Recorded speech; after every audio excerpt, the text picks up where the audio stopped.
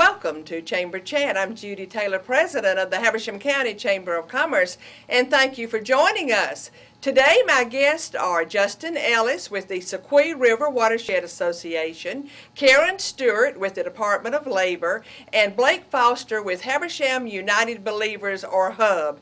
And my first guest is Justin Ellis. Welcome, welcome, Justin. It's great to be back, Judy. Thank you. It's just good to have you back. And I want to take this opportunity to introduce you as the newest board member for the Chamber of Commerce. Congratulations. Thank you very much. Thrilled to be on it. Well, we are very thrilled to have you chairing the Agribusiness Committee for the Chamber. Thank you very much. And we just know that you're going to do big things for the Chamber and the community this year. And speaking of the community, you have some big events coming up in June. And I think your first event comes up about June the 1st, and that is the Soque River Festival. Tell us about it.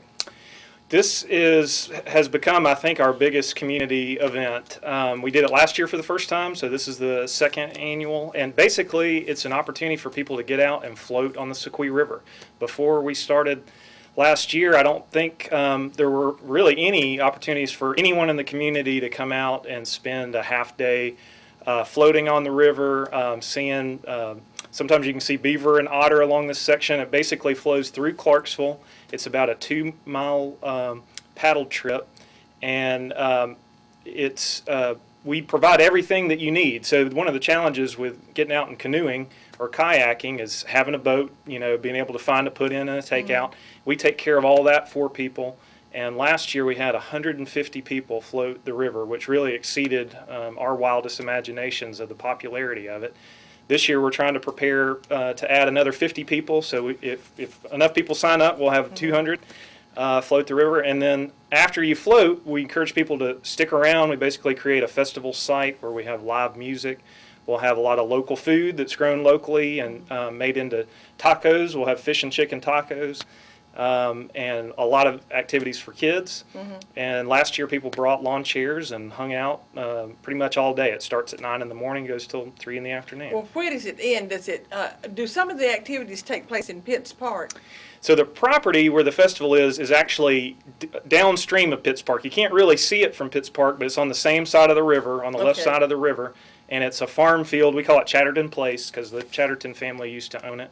And it's just a beautiful open field, and you really can see the river really well from the property. Okay, well, before you catch your breath from that event, you have another big event coming up, and that is the Georgia Mountains Farm Tour, and it, too, will be bringing a lot of people here about the middle of June. So tell us about that. So that's June 15th and 16th, 2 weeks after the Soque Festival. We also started that last year, so we've kind of got these companion events going on. That is a tour of 16 farms, small local food farms is what I call them because they sell their farm goods locally within the area, spread out between Habersham, White, and Rabun counties and a few in Stevens County and even a little bit South Carolina and North Carolina. And last year we had, let's see if I can remember, I think we had about the same number, about 150 people attend that event, came from all over the state. It's kind of, I guess you could call it an agritourism event because it's a way to see what agriculture looks like in our area. And they'll be able to buy products at these farms, is that right? That's right. Almost all of them, and probably every single one of them will be selling food off of the farm that day in addition to giving a farm tour. Mm-hmm. And then we've got a couple of meal stops where you can stop and have a full lunch featuring local food. And how do they register for that? Both of these events, if you go to soque.org, which is our website, you can register for either one of them. For the farm event, we'll mail you a brochure, and that'll be your guide to the day. And for the festival, pretty similar. You just register. And what is the fee for? For the festival, the float, the paddle, it's $15 per person. Okay. And then for the farm tour, it's $30 if you buy your brochure in advance, and then that's a whole carload. So as many people as you can fit in a car can go for $30. So it's better to bring an SUV and fill it full. Why not? That's more economical. Well, Justin, I know that you have been doing a lot of work with greenways and recreational trails. What progress is being made in that area? Something really interesting happened just this year.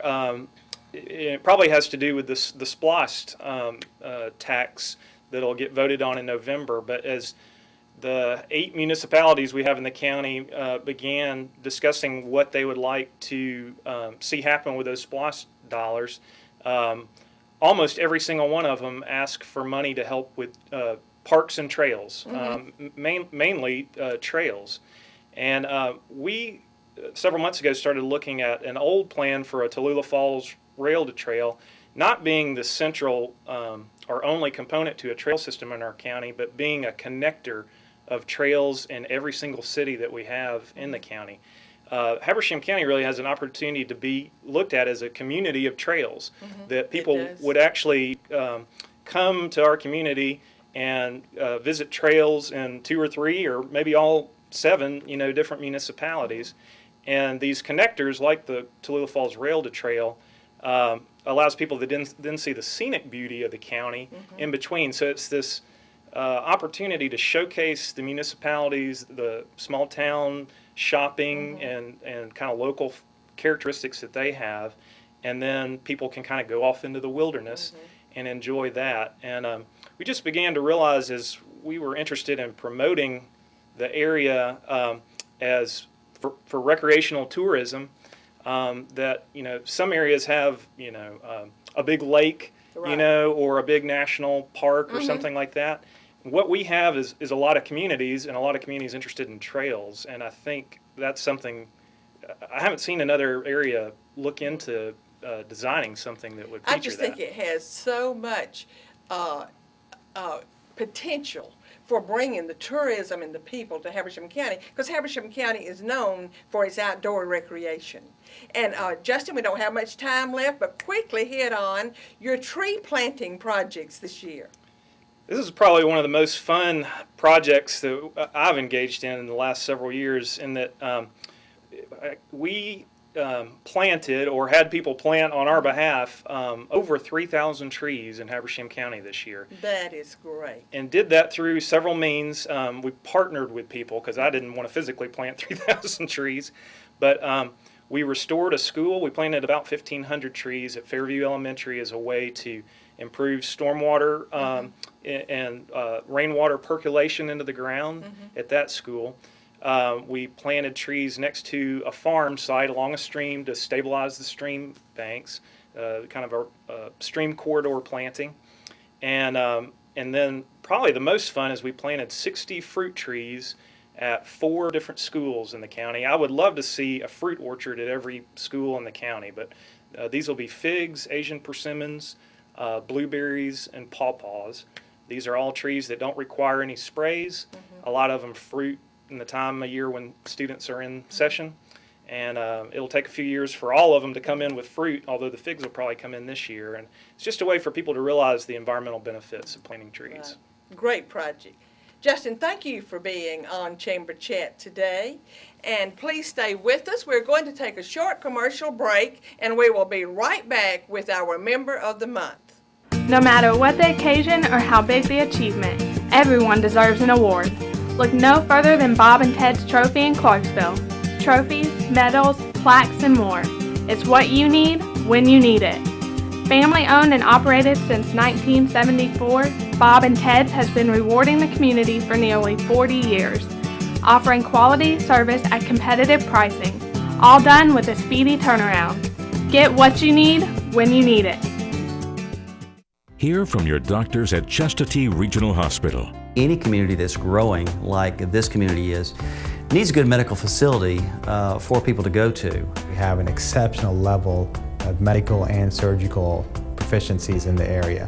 You're going to get the same care here you would anywhere in the country.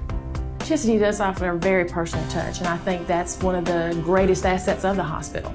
And it should be supported to help keep the community going. My life is full of statistics. Thing is, I could have dropped out of school and become one myself, but I didn't, because I had people that believed in me. Here's another statistic. 7,000 students drop out every school day. That's 1 every 26 seconds. It's time that students know that we believe in them. Inspire a student and share your message of support at boostup.org. This is Mitch Simpson at Mitch Simpson Motors in Cleveland. We've got one of the largest selections of good used cars, trucks, and SUVs anywhere in North Georgia. We've always got about 150 to choose from, and most of them are priced less than $10,000. Check out what we've got today on our website. It's MitchSimpson.com. Or better yet, just come see us. We're right here in Cleveland at Mitch Simpson Motors. Thank you for staying with us. My next guest is Karen Stewart, representing the Department of Labor. Welcome, Karen. Welcome. Thank you for having me today. Well, we just appreciate your being on here, and I believe that that the office where you work is the Department of Labor, and it's called the Habersham Career Center. Yes. Mm-hmm. Well, sometimes it's difficult for me to think of you as the Habersham Career Center because we just call you the Department of Labor. I think most people do, but speaking of what most people do, most people think of the Department of Labor as a place to go to file for unemployment. And I know that you all do so many other things. But tell our audience, what are you doing to get away from just being called the place where you go to file for unemployment? Well, a lot of people, when they come in, they do say, you know, are you the unemployment office? So they call in and say, well, not only are we the unemployment office, but we're the employment office or the reemployment office. Mm-hmm. So we're not only there to service people that's filing for unemployment, but also those that are looking for work or they are employed and they're looking for additional work or maybe different types of work. Mm-hmm. Well, I do know, too, that you offer a lot of services other than it's all related to employment, but you offer a lot of different services, so talk to us about some of those. Don't you do some seminars and types of things to maybe train people in how to fill out a resume or something like that? We have a lot of information in the stand quick as people come into the office. It's information. Just some of it includes interviewing strategies, how to fill out applications, how to job search, how to dress, positive attitude, how to dress, interviewing strategies, resume information. And then on the computers, we also have a resume writing program if they want to use that to write a resume or update their resume. Okay, and they can go to your department and do that? Yes, ma'am. Your office. Mm-hmm. Can they access that anywhere else? Or the resume writing program, they would have to access our site in the office. Mm-hmm. They can use any Word program to do a resume, but the resume writing program is really good because it gives examples of different types of job positions and the wording, and also cover letters, how to do cover letters by certain topics. That's so important. And they can also do assessments online. There's a ONET profiler that they can go into and answer a series of questions, and at the end it basically gives them a list of jobs that they may be better suited for in regards to how they answered the questions. Okay. We also have a typing test that they can come in and take a typing test and see how their typing speed is and use it for verification of their typing skills. They can also file a claim online. They can job search online, any of those. That is interesting. I don't think I even realized that you did that typing test because that's something that would help a lot of employers, particularly somebody applying for a clerical job. Right. Mm-hmm. But this may be kind of a tricky question, Karen, but is there any group of people you deal with that you help kind of give preferential treatment to in looking for a job, that you would work with them over somebody else? Or we assist everyone that comes into the office, but we on initial screening, when someone comes in and registers, then we do look for veterans and eligible spouses of veterans to see if there's any barriers to employment, if they need any additional assistance. We go with those clients, and they're also priority of service. So all the jobs that we get, they're screened first to see if any one of them would be eligible for the positions. That's interesting. I did not realize that so you really work quickly and as diligently as you can with the veterans. Yes, ma'am. Coming back to help them get back into society. That's good. Well, I do know that you provide a lot of services for our local employers. How does the Department of Labor assist local employers? Well, we do it in several ways, by job fairs in the community. That's right. We may go out, like the torch a few weeks ago, we went out on a Saturday morning and assisted with people that was interested in looking for work. That's right. Now, that was part of a chamber initiative. It was also part of an Archway partnership initiative. And what we were trying to do was help match the people who need a job with the people who are looking for employees, and perhaps these people had not registered with the Department of Labor. Right. And I believe it was a real success because we had a lot of people interested. I heard that it was, and you had some employers there? Yes, ma'am. Too. Mm-hmm. I heard that it was very good. And we just appreciated your doing that because, as I said, it was part of a chamber initiative at Archway and so forth, and you were over there at 8 o'clock or before on a Saturday morning Yes, we at were. the Torch, and it was when the Torch was giving away their free food on the first Saturday of the month. Right. And so that's when we were trying to match those people who need jobs with the employers who needed people working for them. That's right. Well, Mm-hmm. tell our audience quickly, is there any charge for anything that you do? No, ma'am, it's free. Anyone that comes into the office, they just need to ask to speak with a specialist, and then we can see what needs they have, whether it be educational or extensive. We have the contacts that we can refer them to if it's something that we don't offer. With employers also, we have periodically have in-house job recruitments, to where the employers come in and we pre-screen clients and give referrals, and then they come in and actually do maybe a mini interview with the clients in the office. Well, also, there is a Labor Department office in Rabun County that I think has been up there for a while, but I think you have recently maybe added some services up there. Tell us about the Rabun County office, because you don't just serve Habersham County. Right. You serve how many counties? We basically cover Habersham and Rabun counties. Okay. We have clients that come in from all the surrounding counties. But the Rabun office is open Mondays and Fridays from 8 to 4, and it's a full-service office. They offer everything there that we do here in Habersham. Okay, and I know that you've recently hired somebody, and so that person is keeping it open 2 days a week. The manager, Becky Waters, goes up there, and she has a specialist that goes with her, and they operate that office on those days. Good.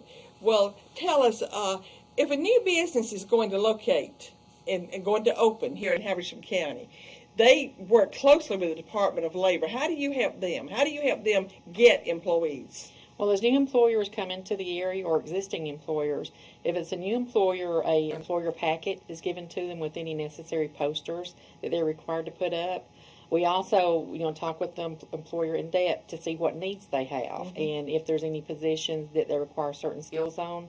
And then the job orders are posted, and then we screen for those that are qualified for the referrals. So you do screen for the employers then? We sure do. You will screen for them, and that is a big service to a company opening, a new company opening in Habersham County. And we want to be as friendly, as user-friendly to these new companies as we can possibly be, because we want more in Habersham County. Yes, and we have had quite a few, like I said earlier, come into the office and do face-to-face interviews and take applications for clients that they're interested in hiring.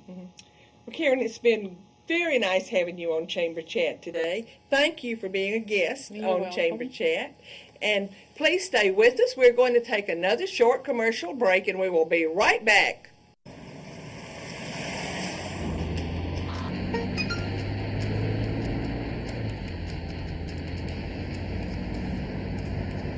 The average text takes your eyes off the road for nearly 5 seconds.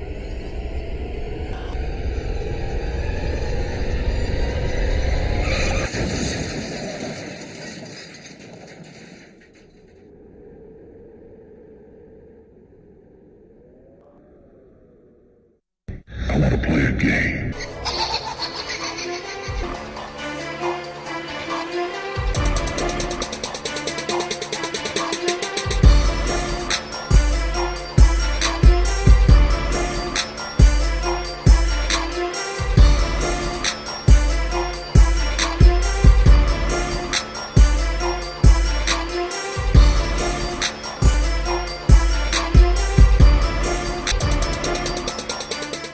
From around the world introduced to local entertainment you'll only find on Channel 4.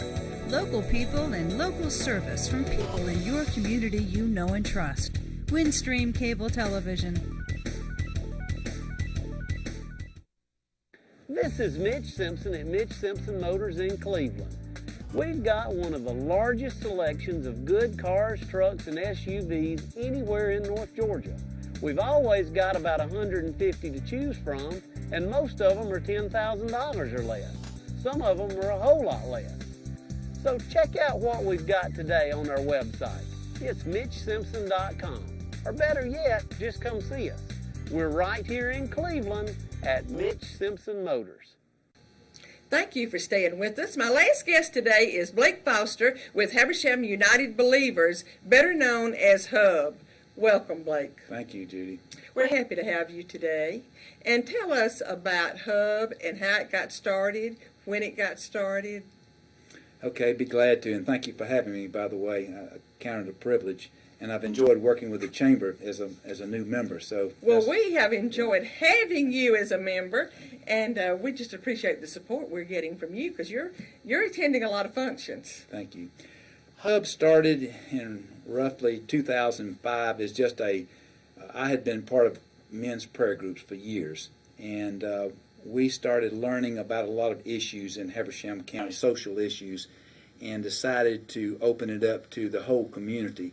And from that point, we had people from every walk of life come and pray with us about the community, and some of those people were very knowledgeable of the issues that we were facing. For instance, Marty Wilson, who was at that time a volunteer in the detention center, she later became the chaplain in the detention center. She would come and we would hear her pray about these inmates, and then when they got out, she would pray for them because they would have no place to go. Mm-hmm. They would. She knew that they would ultimately end up going right back into that culture that they had come out of. They created the bad situation to start with. So we even had people like Senator Nancy Schaefer would come and pray with us, and we heard about all the abuse of children, and all the way to the state level.